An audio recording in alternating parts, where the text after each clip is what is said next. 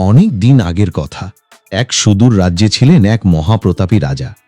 তার রাজ্যে ধন সম্পদের অভাব ছিল না। সোনায় মোড়া প্রাসাদ, রত্নখচিত সিংহাসন, অসংখ্য সৈন্য চাকর সবই তার দখলে ছিল। তবুও তিনি ছিলেন অসুখী। রাতের নীরবতায় প্রাসাদের জানালা দিয়ে চাঁদের দিকে তাকিয়ে তিনি দীর্ঘশ্বাস ফেলতেন। আমার সবই আছে, তবুও মনটা খালি খালি লাগে কেন? একদিন তিনি আর সহ্য করতে পারলেন না। রাজসভায় উপস্থিত সকল মন্ত্রী, সেনাপতি আর প্রজাদের সামনে ঘোষণা করলেন, শোনো সবাই, যে আমাকে সত্যিকারের সুখীর পথ দেখাতে পারবে তাকে আমি দেব 1 কলস ভর্তি সোনা মুদ্রা। এই ঘোষণা শুনে অজস্র মানুষ রাজসভায় ভিড় জমালো। গায়ক এসে সুর তুলল, মহারাজ, গানের আনন্দই আসল সুখ। নৃত্যশিল্পী নাচ দেখিয়ে বলল, মহারাজ, উৎসব আর ভোগবিলাসেই সুখ। ব্যবসায়ী বলল, অঢেল ধন সম্পদ জমালেই সুখ পাওয়া যায়। রাজা সবার কথা শুনলেন, কিন্তু তার মুখে কোনো হাসি ফুটল না। তিনি ভাবলেন, এসব তো আমার কাছেই আছে, তবুও আমি সুখী নই।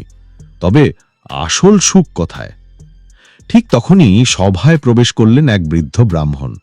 সাদা ধুতি, হাতে লাঠি, মুখে শান্তির দীপ্তি। তিনি মৃদুস্বরে বললেন, মহারাজ, সুখ ধন সম্পদে নয়, ভোগ বিলাসে নয়। সুখ আছে সততায়, দয়ায় আর মানুষের ভালোবাসায়।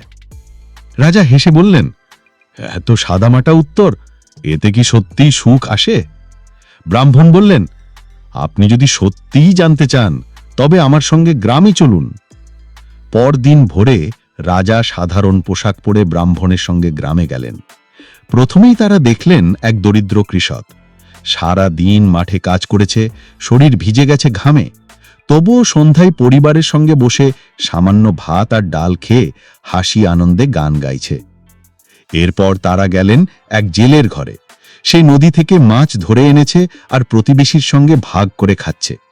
চারদিকে হাসির রোল। আরেকটি দৃশ্যে রাজা দেখলেন এক অসুস্থ কৃষকের জন্যে গ্রামের সবাই একসঙ্গে কাজ করছে। কেউ তার জমিতে লাঙল চালাচ্ছে, কেউ খাবার দিচ্ছে, কেউ চিকিৎসার খরচ জোগাড় করছে। অসুস্থ কৃষকের চোখে জল, কিন্তু ঠোঁটে হাসি। রাজা বিস্মিত হয়ে ব্রাহ্মণকে বললেন, এদের কাছে তো সোনারূপো কিছুই নেই, তবুও এরা এত খুশি কেন? ব্রাহ্মণ মৃদু হেসে বললেন, কারণ ওরা একে অপরকে ভালোবাসে, দুঃখ সুখ ভাগ করে নেয়। মহারাজ, এটিই আসল সুখ। রাজা স্তব্ধ হয়ে গেলেন। তার মনে যেন বজ্রপাত হলো।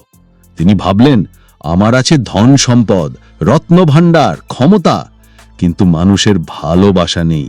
আমি রাজা হয়েও আসল ধন হারিয়ে ফেলেছি। চোখ ভিজে গেল রাজার।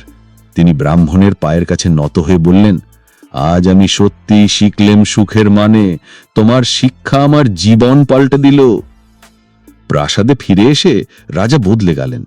তিনি আর শুধু ধন জমাতে ব্যস্ত রইলেন না, প্রজাদের পাশে দাঁড়ালেন, গরিবকে সাহায্য করলেন, অন্যায়ের শাস্তি দিলেন। ধীরে ধীরে তার রাজ্যে শান্তি আর আনন্দ ফিরে এলো। প্রজারা তাকে আর ভয় নয়, ভালোবাসায় সম্মান করতে লাগল। শিক্ষা, সত্যিকারের সুখ ধন সম্পদে নয়, সততা, দয়া আর মানুষের ভালোবাসায় জীবনের আসল সম্পদ।